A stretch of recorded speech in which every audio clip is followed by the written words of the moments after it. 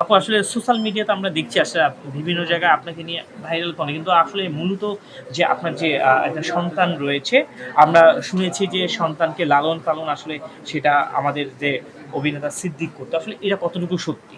এটা তো মিথ্যা কথা ভাইয়া। আমার ছেলে তো আমার সাথেই থাকে। ওর যত খরচ হচ্ছে, ভরণ-পোষণ সব আমি দিচ্ছি। ওর বাবা কিছুই দিচ্ছে না। এবং সে বলেছে আসলে যখন জন্মদিনের অনুষ্ঠান হয় বড়, বড় সেগুলো পুরা দায়িত্ব নিয়ে সে দায়িত্ব নিয়ে খরচ করে এবং প্রতি মাসে যে তার ছেলের পিছনে যত টাকা খরচ করে সেটা সেই বহন করে। আপনি কোনো কিছুই দেখেন না। জাস্ট আপনার কাছে থাকে। এবং আপনি নাকি তার কাছে যাওয়ার জন্য আপনি অনেক বাধা দিতেন।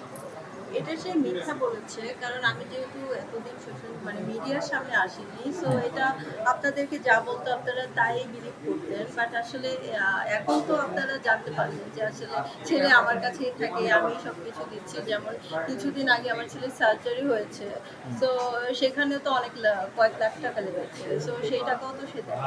তাহলে সবকিছু তো আমি দিচ্ছি। সেটা কি সিদ্দিক সাহেব গ্রেপ্তার হওয়ার আগে না পরে?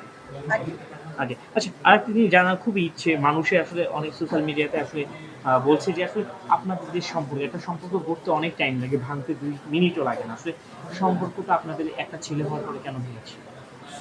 এই ব্যাপারে আসলে আমি বলতে চাচ্ছি না। কারণ আমরা এই একটু ব্যাপারে মানে নিয়ে এতদিন আমি কোনো কথা বলিনি। আমি বাট একটু জানতে এখন চাচ্ছি। বাংলাদেশে মানে যদি ডিভোর্স হয় সেক্ষেত্রে সবাই মেয়েদেরই দোষ দেয়।